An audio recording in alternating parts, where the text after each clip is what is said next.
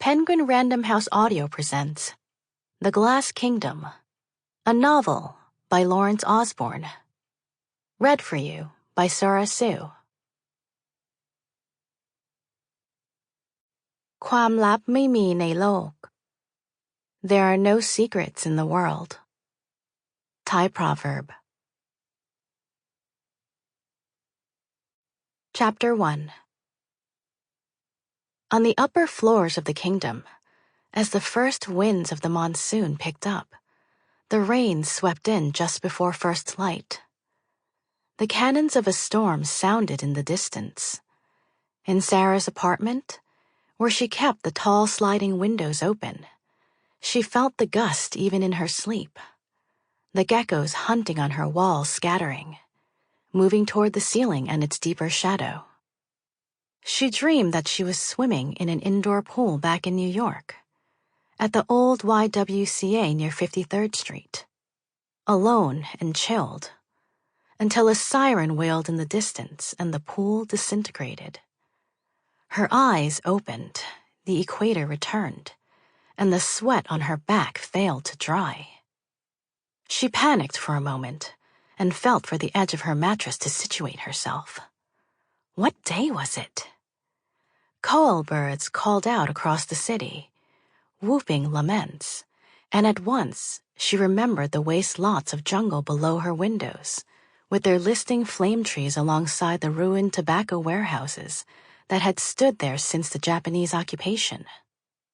A faint hum came from the stormy San Sap Canal nearby, its black water churning with dawn commuter boats. She was alone among the flies, and the moon was still high above the dirty white skyscrapers of Bangkok. The construction sites that surrounded the kingdom had not yet stirred to life.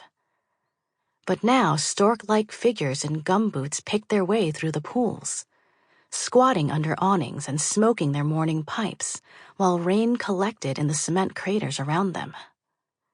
They seemed to work night and day.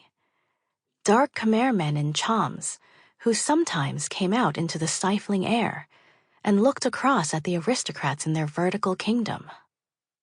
There was nothing in their eyes, no recognition, just as she imagined there was nothing in hers.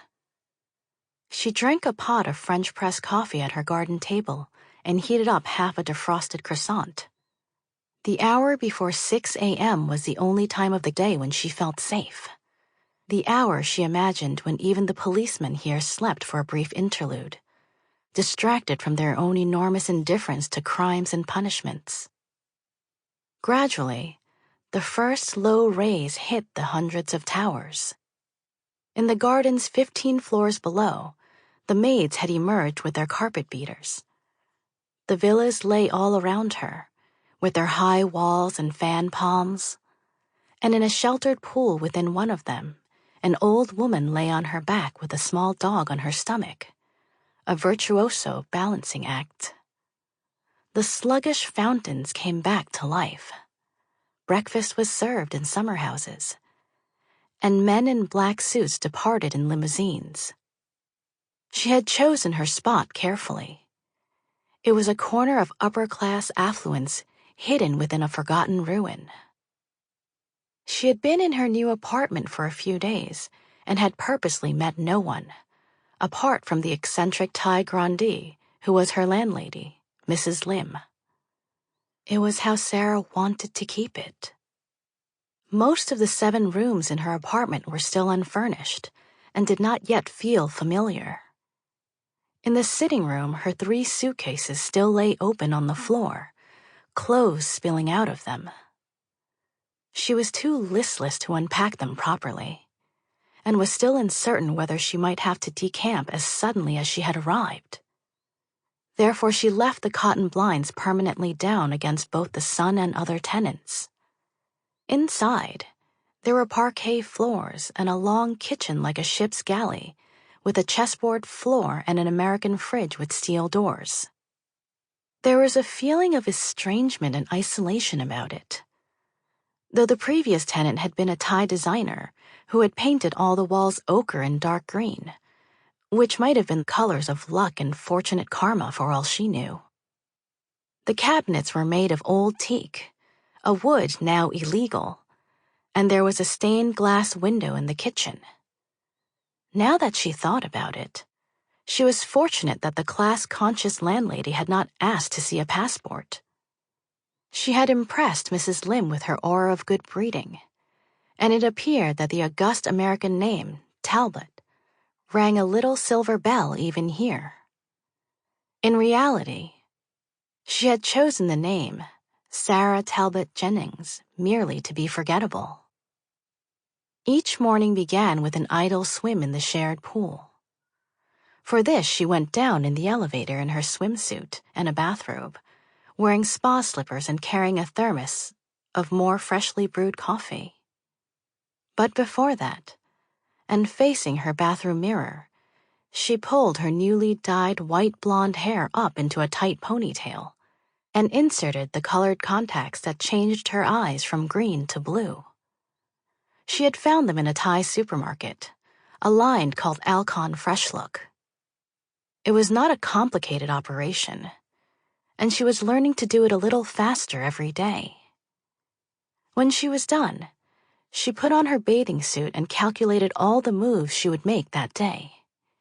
Mere repetitions calculated to pass the time, to make her appear ordinary, because an unplanned day is more difficult to organize than a planned one.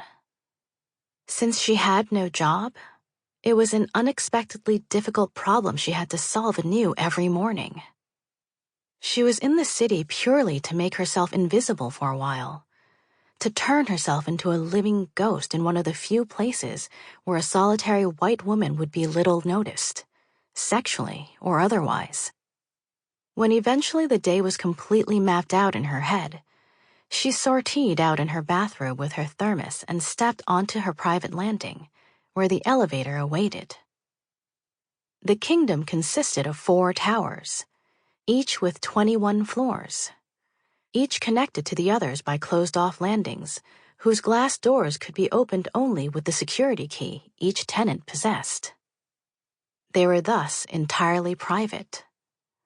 The first and second floors of the building, however, were public spaces. On the lower of these 2 floors was a replica of a French formal garden, with shrubberies dying in the heat and 2-story villas around it, a grander form of lodging offered by the kingdom. The patios were filled with Chinese lions and plaster Germanic milkmaids with wide-brimmed bonnets pinned onto walls of plastic ivy. A flight of steps connected the decaying garden with a large pool on the floor above it, itself surrounded by trellises of untamed foliage and Chinese box trees with their aroma of crushed almonds, looking out over abandoned tobacco warehouses. This kind of building had once been fashionable. It was a long outmoded idea of luxurious living built in the heady days of the early 90s, the Asian boom that had come and come back again. Now bankrupt tycoons had built European-style fantasies up and down the street, with turrets, portcullises, and topiary, but they had faded and peeled in a heat that didn't suit them. The little canals, the klongs, which once gave the illusion of lordly moats, had filled with toxins and monitor lizards. In the elevator, Sarah found herself reflected in a full-length mirror.